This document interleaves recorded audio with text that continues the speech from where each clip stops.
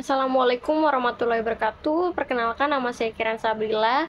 Di sini saya akan mempresentasikan tentang kondisi ekonomi mikro di Indonesia pada saat ini. Saya akan membahas tentang kelas menengah menurun, ancam pertumbuhan ekonomi Indonesia. Yaitu dapat kita lihat terlebih dahulu jumlah kelas menengah terus menurun secara signifikan di Indonesia. Dapat kita lihat di tahun 2009 57,33 juta jiwa dan di tahun 2024 47,84 juta jiwa. Dari data Badan Pusat Statistik, di sini ada penurunan terjadi sekitar 10 juta jiwa. Selanjutnya kita akan membahas tentang identifikasi isu ekonomi mikro. Jumlah kelas menengah terus menurun secara signifikan di Indonesia.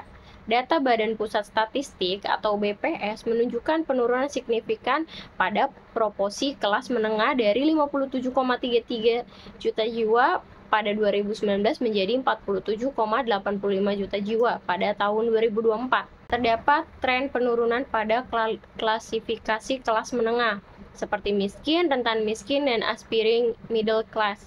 Masyarakat kelas menengah terjebak dalam situasi ketidakpastian. Mereka tidak tergolong sebagai kelompok miskin sehingga tidak dapat menerima bantuan penuh dari pemerintah. Di sisi lain, mereka seringkali menghadapi kesulitan untuk memenuhi kebutuhan hidup dan pendapatan yang terbatas. Kelas menengah seringkali menghadapi ketidakadilan dalam hal akses terhadap fasilitas dan perlindungan sosial, meskipun mereka dibebani dengan pajak, iuran, dan pungutan baru secara bersamaan. Melihat situasi ini, tindakan pemerintah dianggap semakin membebani kelas menengah. Hal ini terlihat dari minimnya dukungan berupa bantuan sosial, kenaikan harga pangan, pajak yang semakin tinggi, serta munculnya berbagai kebijakan baru yang menuai protes. Salah satunya adalah pemungutan iuran wajib tapera, tabungan perumahan rakyat. Kenaikan biaya hidup dan inflasi yang lebih tinggi dirasakan oleh kelompok menengah dan kelompok paling bawah. Di sisi lain, kelompok atas lebih mampu menghadapi fluktuasi ekonomi karena memiliki kekayaan yang lebih besar. Akibat dari kebijakan yang tidak seimbang ini adalah semakin menyusutnya kelas menengah dan meningkatnya jumlah orang miskin, ketidakmerataan dalam distribusi pendapatan dan pengeluaran menjadi masalah utama yang perlu diatasi agar kesejahteraan lebih merata. Oleh karena itu, pentingnya untuk menyeimbangkan kebijakan ekonomi agar tidak hanya menguntungkan kelompok atas, tetapi juga mendukung menengah dan ke bawah demi menciptakan pertumbuhan ekonomi yang inklusif dan berkelanjutan. Selanjutnya kita akan membahas analisis menggunakan konsep ekonomi mikro. Yang pertama ada inflasi.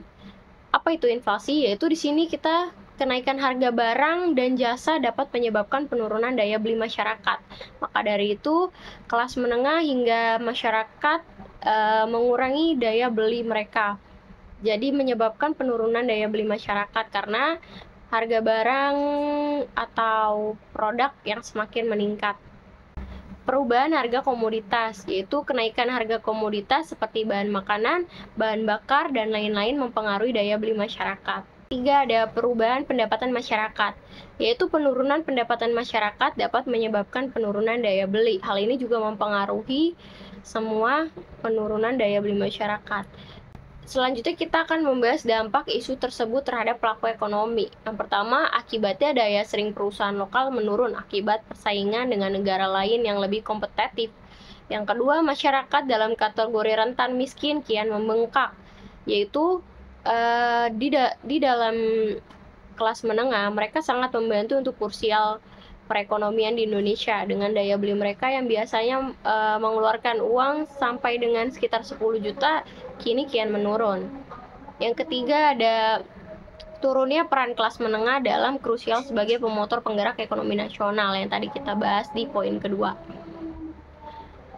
Dan selanjutnya kita akan membahas dampak terhadap pelaku ekonomi terkini, yaitu bagi konsumen, penurunan kelas menengah dapat mengurangi daya beli, mempengaruhi konsumsi barang dan jasa. Yang kedua, bagi produsen, penurunan permintaan dari kelas menengah dapat menurunkan laba dan mendorong produsen untuk menyesuaikan harga atau output. Yang ketiga, bagi pemerintahan, alokasi dana untuk program padat karya dan subsidi bunga bagi UMKM dapat meningkatkan kesejahteraan sosial dan mendorong pertumbuhan ekonomi. Solusi kebijakan, yaitu pemerintah mengambil langkah melalui kebijakan moneter atau fiskal. Bank Indonesia dan OJK harus mendukung lebih banyak masyarakat untuk membuka lapangan kerja, bukan sekedar mencari kerja. Yang kedua, ada kebijakan seperti pemberian subsidi bunga bagi UMKM sangat penting untuk mendorong munculnya usaha baru. Sementara dari sisi fiskal, subsidi bunga perumahan dan bantuan biaya pendidikan dapat menjadi solusi untuk menjaga kelas menengah agar tidak terpuruk. Selanjutnya kita akan membahas juga solusi lalu saran kebijakan. Tingkatkan daya saing UMKM, yaitu pemerintah dapat menyediakan akses pembiayaan yang lebih mudah dan pelatihan untuk meningkatkan keterampilan manajerial dan teknis UMKM. Pendampingan dan pemanfaatan teknologi dapat meningkatkan produktivitas dan efisiensi. Yang kedua ada reformasi kebijakan fiskal, yaitu pemerintah perlu menyeimbangkan antara pemangkasan anggaran dan penyediaan subsidi yang mendukung daya beli konsumen dan daya saing produsen. Kebijakan fiskal yang tepat dapat menjaga keseimbangan pasar dan mendorong pertumbuhan ekonomi. Yang ketiga ada diversifikasi ekonomi, yaitu mengurangi ketergantungan pada sektor komoditas dengan mendorong investasi di sektor manufaktur dan teknologi dapat menciptakan lapangan kerja formal dan meningkatkan pendapatan masyarakat. Ekonomi makro seperti mencapai pertumbuhan dan stabilitas. Sekian presentasi dari saya, kurang lebihnya mohon maaf. Wassalamualaikum warahmatullahi wabarakatuh. Dan selanjutnya kita akan membahas analisis menggunakan konsep ekonomi mikro. Yang pertama ada inflasi. Apa itu inflasi? Yaitu di sini kita kenaikan harga barang dan jasa dapat menyebabkan penurunan daya beli masyarakat. Maka dari itu, kelas menengah hingga masyarakat mengurangi daya beli mereka. Jadi menyebabkan penurunan daya beli masyarakat karena harga barang atau produk yang semakin meningkat. Perubahan harga komoditas, yaitu kenaikan harga komoditas seperti bahan makanan, bahan bakar, dan lain-lain mempengaruhi daya beli masyarakat. Tiga, ada perubahan pendapatan masyarakat, yaitu penurunan pendapatan masyarakat dapat menyebabkan penurunan daya beli. Hal ini juga mempengaruhi semua penurunan daya beli masyarakat. Selanjutnya kita akan membahas dampak isu tersebut terhadap pelaku ekonomi. Yang pertama, akibatnya daya saing perusahaan lokal menurun akibat persaingan dengan negara lain yang lebih kompetitif. Yang kedua, masyarakat dalam kategori rentan miskin kian membengkak, yaitu di dalam kelas menengah mereka sangat membantu untuk kursial perekonomian di Indonesia dengan daya beli mereka yang biasanya mengeluarkan uang sampai dengan sekitar 10 juta kini kian menurun. Yang ketiga ada turunnya peran kelas menengah dalam krusial sebagai pemotor penggerak ekonomi nasional yang tadi kita bahas di poin kedua. Dan selanjutnya kita akan membahas dampak terhadap pelaku ekonomi terkini, yaitu bagi konsumen, penurunan kelas menengah dapat mengurangi daya beli, mempengaruhi konsumsi barang dan jasa. Yang kedua, bagi produsen, penurunan permintaan dari kelas menengah dapat menurunkan laba dan mendorong produsen untuk menyesuaikan harga atau output. Yang ketiga, bagi pemerintahan, alokasi dana untuk program padat karya dan subsidi bunga bagi UMKM dapat meningkatkan kesejahteraan sosial dan mendorong pertumbuhan ekonomi. Solusi kebijakan, yaitu pemerintah mengambil langkah melalui kebijakan moneter atau fiskal. Bank Indonesia dan OJK harus mendukung lebih banyak masyarakat untuk membuka lapangan kerja, bukan sekedar mencari kerja. Yang kedua, ada kebijakan seperti pemberian subsidi bunga bagi UMKM sangat penting untuk mendorong munculnya usaha baru. Sementara dari sisi fiskal, subsidi bunga perumahan dan bantuan biaya pendidikan dapat menjadi solusi untuk menjaga kelas menengah agar tidak terpuruk.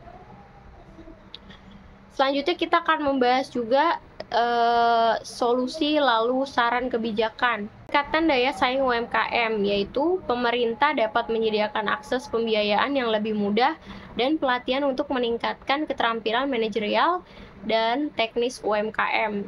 Pendampingan dan pemanfaatan teknologi dapat meningkatkan produktivitas dan efisiensi. Yang kedua ada reformasi kebijakan fiskal, yaitu pemerintah perlu menyeimbangkan antara pemangkasan anggaran dan penyediaan subsidi yang mendukung daya beli konsumen dan daya saing produsen. Kebijakan fiskal yang tepat dapat menjaga keseimbangan pasar dan mendorong pertumbuhan ekonomi. Yang ketiga ada diversifikasi ekonomi, yaitu mengurangi ketergantungan pada sektor komoditas dengan mendorong investasi di sektor manufaktur dan teknologi dapat menciptakan lapangan kerja formal dan meningkatkan pendapatan masyarakat. Ekonomi makro seperti mencapai pertumbuhan dan stabilitas. Sekian presentasi dari saya, kurang lebihnya mohon maaf. Wassalamualaikum warahmatullahi wabarakatuh.